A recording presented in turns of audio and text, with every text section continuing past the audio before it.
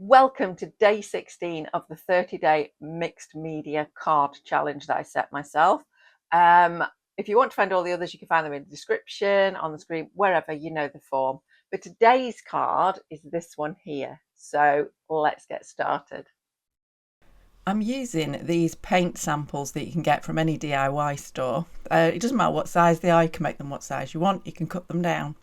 And just an ordinary card blank or a piece of card folded in half. And then you can just use them as they are, but what I like to do is rip the edges.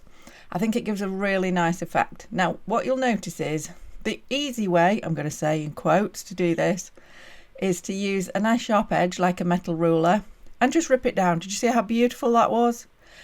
If you try and take too little off, that's when you have trouble.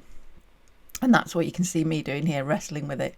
So ideally take a reasonable amount off and it'll just rip down and give you a nice edge. So I'm just going to do that to all of them. And then I'm ready. So I'm going to think about where to position them. And at this point, you could stick them on. And that could be your design. And you can see I'm just thinking about laying them like that. But I want to get the background a different effect. So what I'm going to use is watercolours. So nice and simple, bit of water on the watercolour palette and then just colour it in. You could, of course, use crayons, pencil crayons, acrylic paints. You could do some sort of stamping on there. You could do absolutely anything as a backdrop. I like watercolours because you get that different effect. It's not just a flat colour. And I do like the brush strokes. And I also tend to leave the card closed, which does cause a problem you will see in a moment.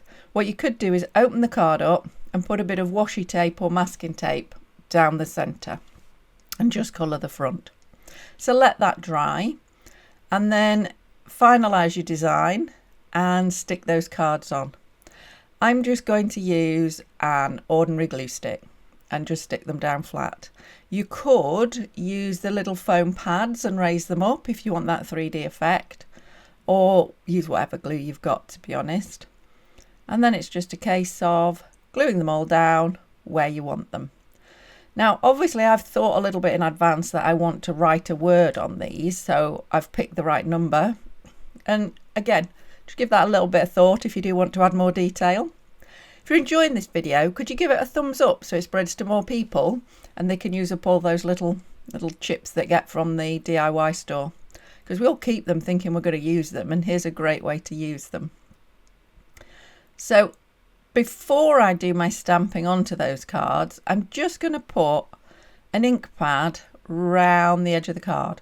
I like the effect, so I do it on some of my cards and not others, but it does give a really nice edge if you have an ink pad. And then I'm also going to use an ink pad on the actual cards, but I quite like the effect of drawing around the cards. So I'm just using an ordinary black fine liner, nothing fancy.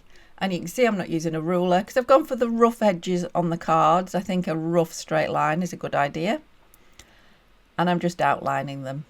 You could add any detail you like with a marker pen, a fine liner, felt tips, Sharpies, anything you've got to hand. Just think it adds a little something. It's all about being mixed media and adding more detail and more layers.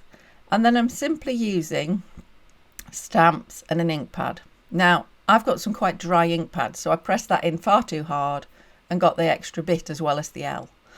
And then I've learnt, and so I'm just pressing them gently. If you're good at stamping, you will do much better than me. But as you can see, even if you've never done it, you can get a good effect. And you should learn as you go along. And then there you go. You will have a card that you're happy with. Now, I mentioned earlier a little problem you can have if you paint it with it closed. And you will see there's some paint inside. So the way you can deal with that is by adding more paint, then it looks like an effect. Or I'm just going to use my ink pad and run that down. And I'm just going to run it overlapping to the front of the card quite well and just make it look like it was meant to be like that. A bit of a rough and ready finish, but I quite like that. And then there you go. So I hope you've enjoyed this card, and I hope you've been inspired to use up your little paint samples, and enjoy.